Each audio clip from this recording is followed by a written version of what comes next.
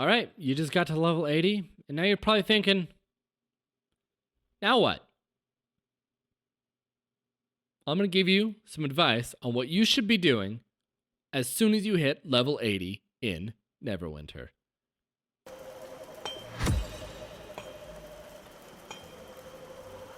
First thing I want you to do is make sure you have completed the Undermountain Campaign. The Undermountain Campaign is a fairly simple and quick campaign to get through. It's just one linear quest line all the way through all of the zones. You can pick it up if you haven't already at the table behind Sergeant Knox in Protector's Enclave. So let's head over to the Yawning Portal Inn and talk Master Expeditions. Master Expeditions are 3 times daily repeatable miniature dungeons, and they award gear, rings, and most importantly, companion gear. This is a good way to get yourself started on getting some decent companion gear, which is quite important in this game. So you're going to come over, talk to the lady in gold on the 2nd floor of the Yawning Portal, take the quest Master Expedition, and you're going to wait. Before we do this, is something you should do first. I highly recommend you do this first. You're going to turn around from her, you're going to run around the corner, and you're going to go talk to the lady at the desk, Rune Master Sinye, and you should get yourself a quest called Boundless Runic Corruption. Now, I'm not going to walk you through how to do this quest. It's fairly straightforward. It can be a little confusing. Just make sure you read everything and you'll be fine. But it's going to teach you about a system that is part of Master Expeditions. In Master Expeditions, when you start one, you'll see 3 little altars. You can slot a rune into those, which can give you more rewards and make the dungeons a little harder. Once you finish that quest, we're going to go hop into one of the Undermountain zones. All of the Undermountain zones have runic corruption zones. However, my favorite to do is Terminus. I prefer Terminus because it's a fairly small and condensed zone compared to some of the others, and all of the runic corruptions are actually pretty close. Anyway, when you get to the zone, you're going to open up your map. You're going to look for the weird, it's like a big circle with a symbol drawn into it, and it'll be different colors. There's 3 per map. All you're going to do, you're going to go to that zone and fight enemies. Think of them kind of like heroic encounters you might have seen already. The difference is you're going to be earning a currency called Resonance. Now, you get this currency not by killing enemies, but hitting them. So slot in your AoE attacks and go crazy. And sometimes you'll even find other people farming them. So just run in, kill as many as you can.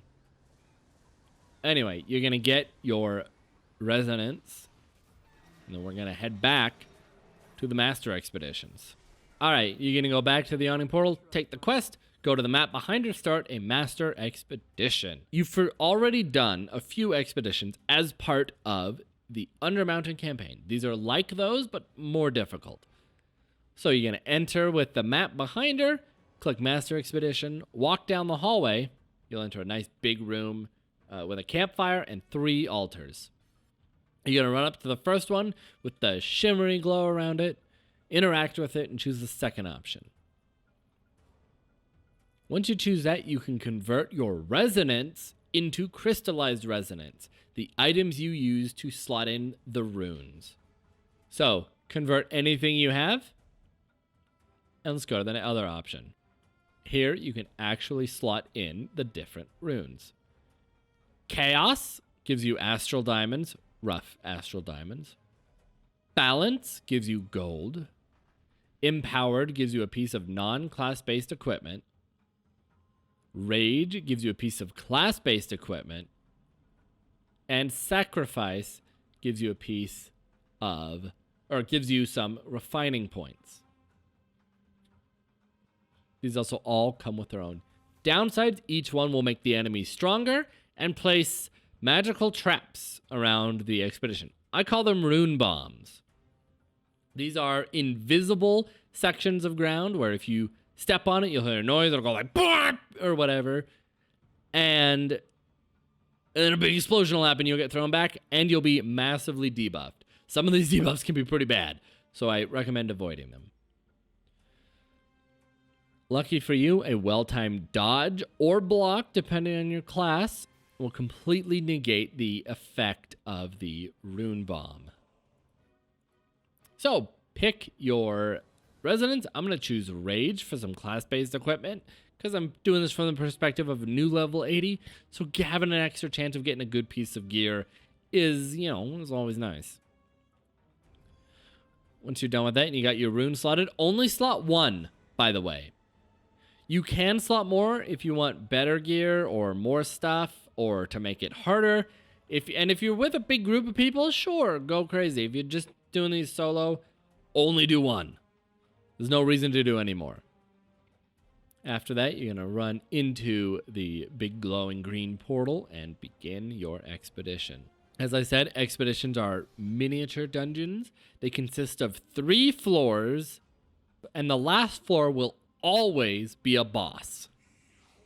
The other thing to take note of is that on each floor you also need to find 3 magical relics hidden around the place. And some of them are kind of well hidden. So keep your eyes peeled. They glow blue to make them a little bit easier to find.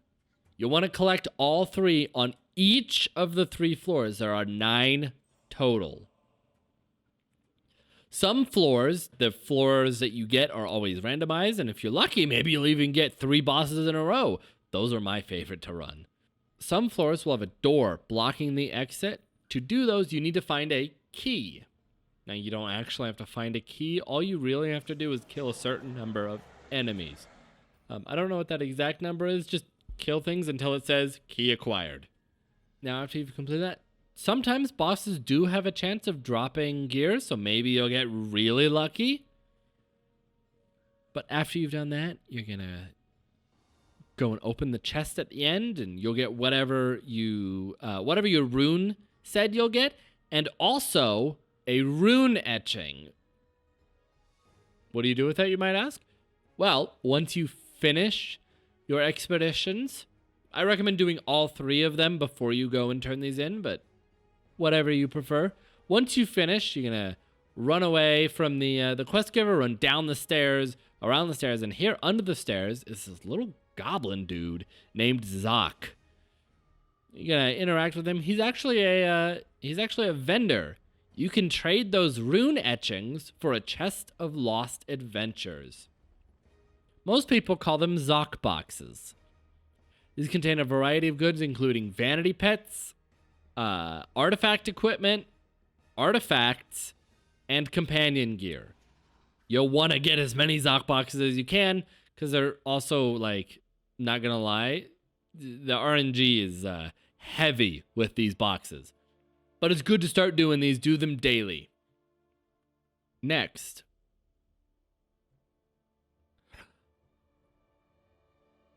When you finish the Undermountain Campaign, you likely got a quest to send you to the 3rd floor of the Yawning Portal.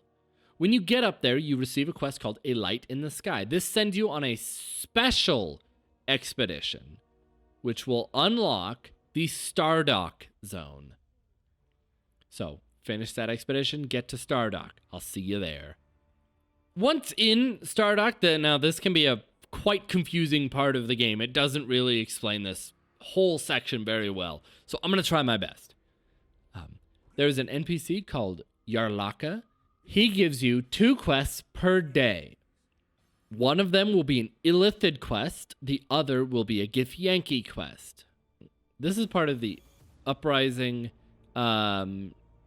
expansion. It works with the war between the Illithids, the Mind Flayers, the octopus dudes, and the Githyanki, the people that look way too similar to the Grinch for my liking.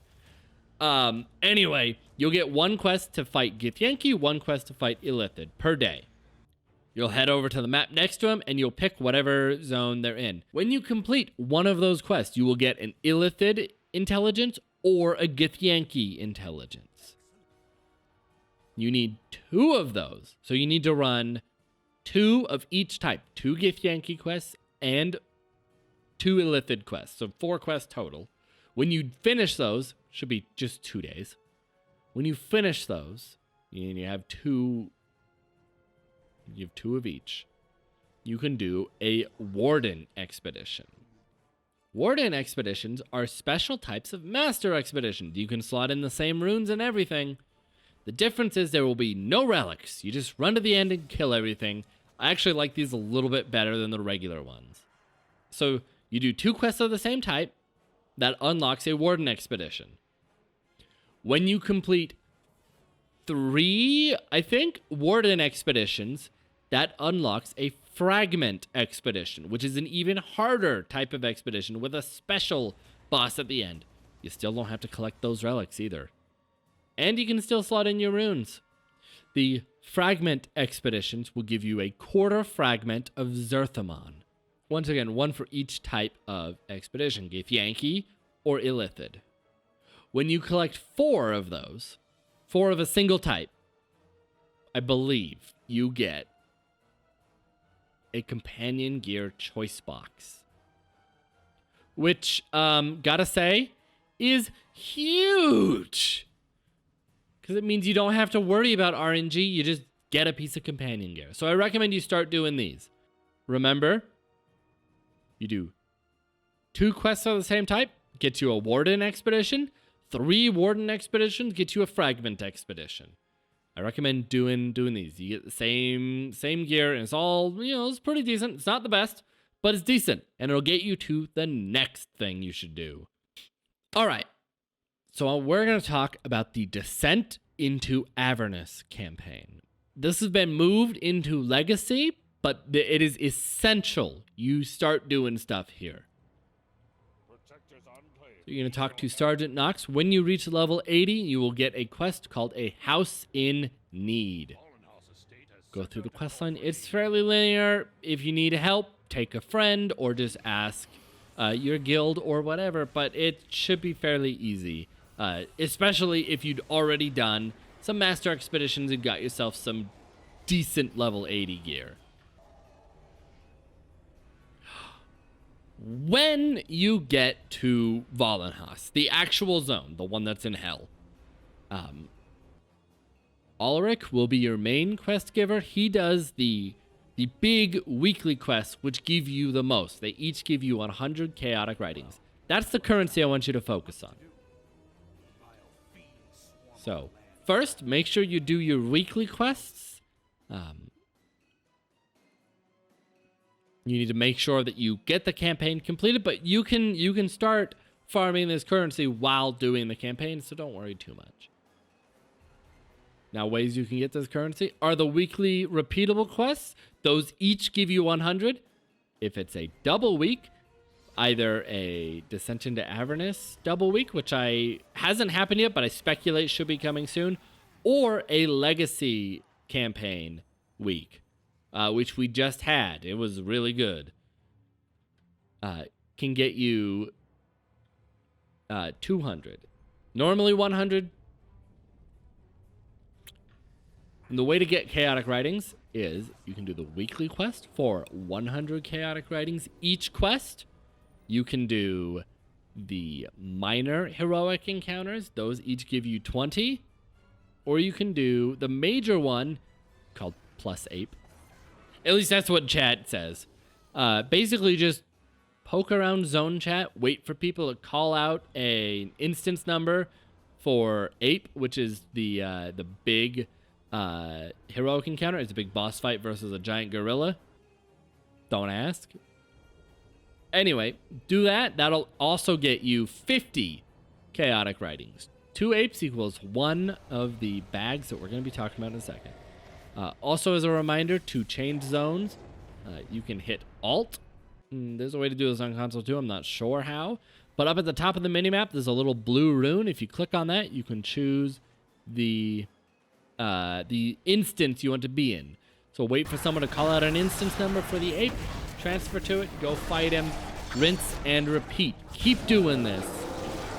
Build up a lot of bags. They get you some really high gear stuff, high quality stuff. You can also change instance by opening the map and clicking the change instance button. Anyway, once you build up a lot of chaotic writings, you're going to walk out of the Vollenhof stronghold. You're going to turn left and then turn left again until you get to this little tiny gremlin thing in a cage. His name is JUMA the Curious. And JUMA the Curious sells JUMA's surprise bags. Most people just call them JUMA bags. If you buy one of these, and should be buying a lot of them, they have the chance of dropping almost anything. Preservation wards, stones of health, mounts, except for legendary and mythic mounts. Only, I think, epic is the highest tier mount you can get from him. Companions, gear, coalescent wards, the ones that guarantee an upgrade.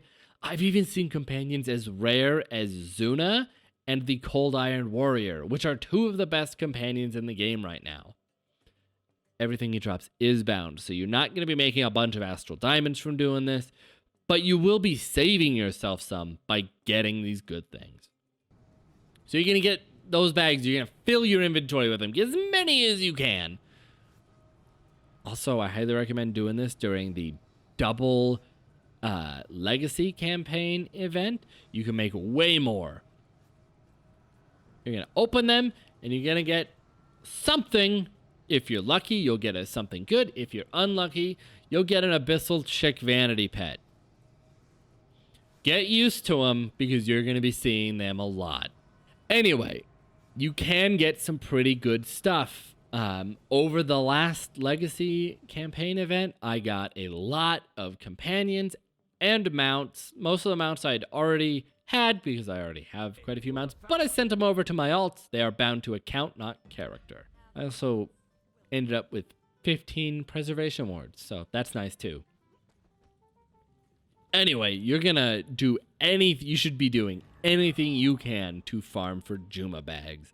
They're one of the best things to be added to this game. As I said, I swear, nothing is off limits. You can get almost anything out of them. There's one more thing I want to talk about. One more way to get JUMA bags I want to talk about. I believe you have to finish the campaign first, but there are these things called insurgencies. So if you open up the map in Vollenhof, you will see this weird little icon in the top right corner. When it is completely grayed out, nothing is happening. Don't worry about it. There'll be a cooldown timer on it. After that cooldown timer ends, the bar will slowly start filling up because there's a special type of heroic encounter type event called insurgencies. Once again, I'm pretty sure you need to have the campaign done to do these. When they are up, and I highly recommend you get yourself into a quote-unquote organized group. They go much faster. But a special black and red portal will appear in the Vollenhof stronghold. You'll go in, you'll fight a bunch of enemies, and you'll do it again. Each one grants 100 chaotic writings. That's one JUMA bag. If it's a double week, you get 2 JUMA bags per run. Now, I mentioned organized runs. Those are a little different. There's some rules you need to follow if you're doing organized insurgencies. During an organized run, 2 high DPS players, the organizers, will go in first. They will get the insurgency to 20% completion. At that point, they will say over zone chat, everyone come in. Then you all go in and go crazy. The reason for this is that insurgencies scale to the number of players. However, if only 2 players start it and get enough kills in, the game thinks, oh, there's only 2 people doing this, so it scales it to 2 players. Then when the entire zone piles in, you just completely wreck it and can complete them at record speed. Also, another tip, do not end a insurgency. To end them, you have to click on a portal. Do not end them if you are in combat. If you see the blue ring under your feet, or if you cannot see your mount icon and you see the mount combat power instead, don't do it. If you end an insurgency while you are in combat, there is currently a bug This might be fixed by the time you're watching this video, but there is currently a bug at the time of recording this that will cause everyone to get no reward for completion. So make sure you are out of combat. Now, those insurgencies, once again, they're a little bit more difficult. They do require completion of the Descent into Avernus campaign, so it might be a little bit later on you start doing those, but definitely start farming for those JUMA bags. And there's one more thing we're going to talk about while we're here in Valenhas. And that is starting the Path of the Fallen campaign, the other Avernus campaign in this game. This campaign will start with a quest called A Friend in Need. It's another pretty short quest, and it'll take you to Avernus. When you get there, you'll have another quest to go through. It will help you get your Infernal War Machine, which, think of it like a Mad Max style car. For those that don't know, Descent into Avernus, which was originally a Dungeons & Dragons campaign book, it's also a really fun adventure, and is what this is based on, was originally pitched as Mad Max in Hell. That's why we have cars. They're also powered by the souls of the damned, and I think that's pretty awesome. Anyway, once you get through the intro questline to Avernus, you'll get to a hub area called the Wandering Emporium. When you get here, turn in all your quests so that all the other quests pop up. You're going to run all the way over to the side over here. You're going to talk to the Mad Cartographer. He's going to give you a quest, and it will teach you about treasure maps. So throughout Avernus are treasure chests hidden. You can only access them if you have a treasure map. Now, there's a couple of ways you can get them. Number one is you can go out into your cart. This is also the easiest way, by the way. It's not the most fun. It can get kind of boring and tedious, but this is the easiest way with no chance of you getting hurt or dying or anything. You get in your car, you drive around, you find there's little demons hanging around the place. They're called mains, and you're just gonna run them over. Okay, run them all over. Kill them all. They will get you treasure maps. Now, they're kind of a rare order drop. There's also, for those wondering, there's a spot over here by this little shack. If you get the timing just right, you'll probably have to when you get here, you'll probably have to wait a little bit for them to spawn. But there's a group of 3 that spawn here. And if you get your timing just right, they will instantly respawn this almost the second you kill them. And you can just sit here and repeat, going back and forth, and just keep killing them over and over and over and over and over again, stocking up on a lot of maps. Now, the reason we're doing this is to get you a new weapon. The weapon you're going for is the Legion Guards set. This is an artifact set, which means it can be upgraded. It's one of the easiest and, in my opinion, one of the better artifact sets. It's not quite as good as it used to be, but it is still a really good artifact set for how easy it is to get. This drops from those treasure chests I mentioned. So you're just going to farm up some treasure maps, go open them, find the treasure chest, and hope you get the Legion Guard set. You're going to want both of them. Now, when you open up a treasure map, it will show you a picture of a place.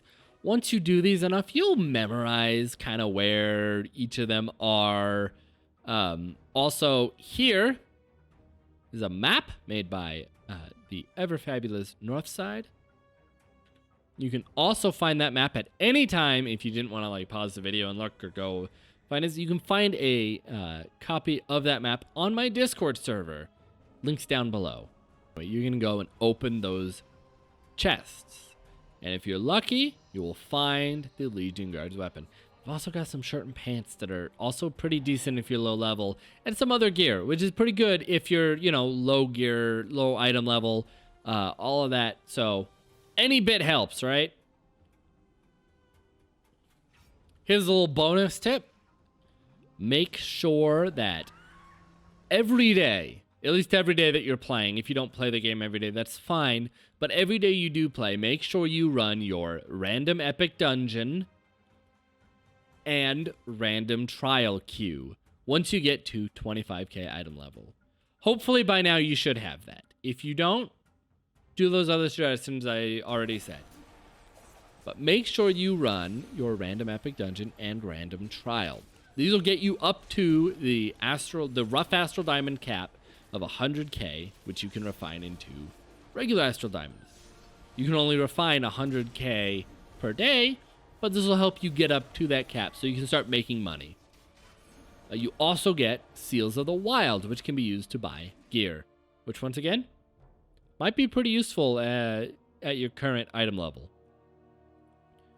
So make sure you run those at least once per day. You know, maybe you could run them more if you're trying to get some extra stuff. There is premium loot in the dungeon chests, which can get you comp tokens, mount tokens, trade bars, and if you're lucky, legendary mounts. I've never seen one though. My final tip is do your weekly legacy campaign quests. So in Protector's Enclave, if you come up here to the kind of the top of the map, talk to Sibella. She every week gives you 3 legacy campaign quests. They will have you do things like complete heroic encounters, kill enemies, complete quests for the respective campaign. There's each quest will be for a different campaign.